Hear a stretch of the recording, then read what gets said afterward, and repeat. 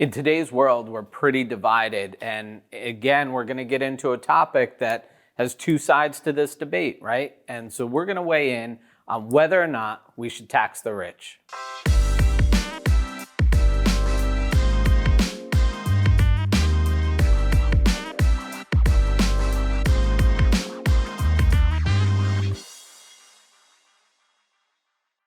So before we get into answering the question of should we tax the rich, let's take a look at what today's current income tax brackets are. There's actually 7 income tax brackets today. And so if you take a look, they range anywhere from 10% on your federal income tax, meaning if you make just under $10,000, your federal income tax is 10% of your income. But as you work your way down to the 37%, that's the top tax bracket today. And that's for people making more than $523,601. That's when you enter in to this top tax bracket. But tax brackets are marginal. And what that means is that the first $523,000, well, that was taxed inside of this bracket, this bracket, this bracket, this one, and this one. Right? So not all of the dollars here are taxed at 35% or 37%. So you got to start to think about, well, where do I fall inside of this? And is paying more taxes off this money, is this going to help our economy? Or is taxing the rich going to hurt our economy? And we'll lay out both sides of that argument. So one of the first things that we have to think about is, well, how much do we have to raise those tax brackets? Taking a look at, well, would raising taxes just solve America's debt problem? When we look at this, when you run the numbers, achieving a balanced budget by 2025, the top 2 tax brackets, those of which only apply to income significantly above $400,000, would require increasing those individual rates from 37% to 102%. 102%. Imagine earning $400,000 and having to pay the government because you earned money. Not just give them all the money you earned, but actually pay them additional, right? These numbers don't make sense. So the problem with just raising taxes or just focusing on an income tax bracket is there enough rich people to tax? And the better question to ask yourself is, do the really rich people actually pay income tax? So an economic concept here that we're going to get into is something called the Laffer Curve. And what the Laffer Curve kind of points out, and I'll just read out the definition, is that in economics, the Laffer Curve is a theoretical relationship between tax rates and actual tax revenue. Assuming there's no tax revenue raised at 0, right? If you had to pay 100%, no money would be earned at that rate. There's a theoretical rate between 0 and 100 that will maximize the tax returns and the tax revenue of the government. So what we really have to start to look at is, what is that best tax rate that maximizes the efficiency, that allows people to have the incentive to earn money and pay tax? Because if we go too high, they're going to say, nope, I don't need to earn anymore. But obviously at too low, we can't tax all of that income for people that aren't making enough money. Another argument against raising taxes, or the people who are against higher taxes, claim that the rich, when given tax breaks, are able to provide more jobs to the economy.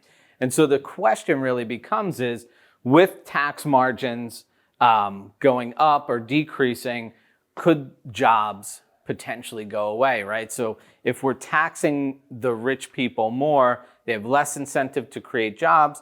We already have a tough economy and a tough job market. Would more go away? I think there's other circumstances that really fall into that, and not so much necessarily the taxes. Because on top of just income tax, business owners and employers provide Social Security tax. They provide a match to the FICA tax that their employees pay. So there's a lot of other taxes that go into it that business owners take. I don't know if their personal income tax really factors into job creation.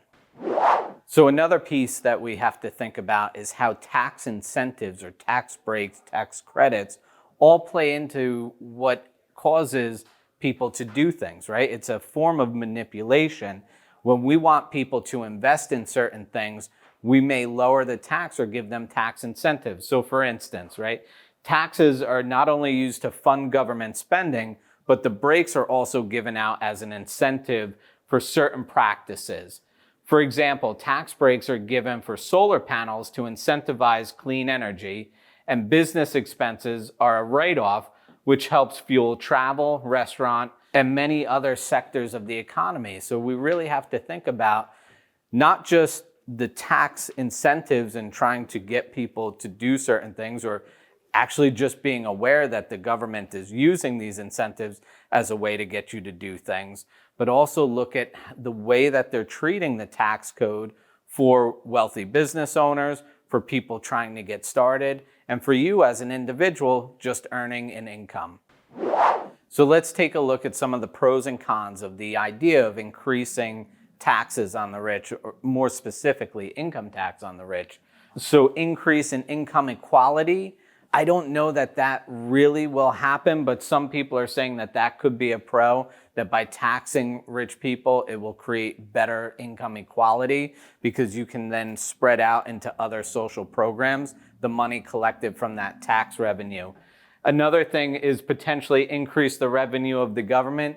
Again, I don't know if that's a pro or not, but that's what they're saying here. So the idea of the government being able to have a bigger pot of money to spend, and let's be honest, they're spending in a deficit anyway. So really what they should be talking about here is by increasing the taxes, can we offset the spending that we already have and start to reduce our government debt? Some of the cons, right? When we looked at those numbers before, you still can't cover the debt. Even if you were raising those numbers to 102%, I think there's better measures to take on that. Another one, economy, you could lose jobs. I don't see that as a potential other than if taxes are so high and your employers aren't incentivized to earn more money, well, then why would they create more jobs in the economy to create more revenue if it's just going to be sucked up by taxes?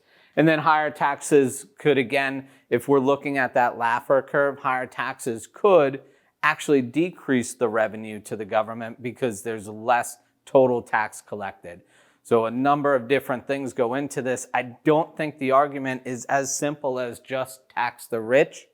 I think we really need to look at a number of things, including government spending, the debt that we are currently in, and all the other factors that are going on in the economy. And you may be thinking, well, how does this really affect me? The answer is you don't have to worry about what other people are being taxed.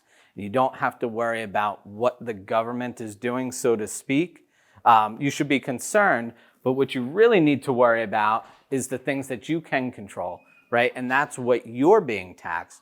If you're working with a good accountant, you're working with a good advisor, you have all the people on the same page, right? They can help you with the things that you can control. That's how much money you're earning, what your write-offs are you taking advantage of the tax code and all those different things? And are you saving the money in the proper vehicles to make sure that you're worried and focused on the right things?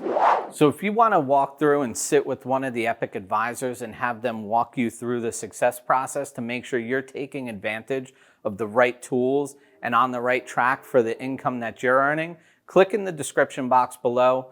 One of the team members will reach out to you and walk you through that success process. If you're still here with us and you like this video, go ahead, give it a thumbs up.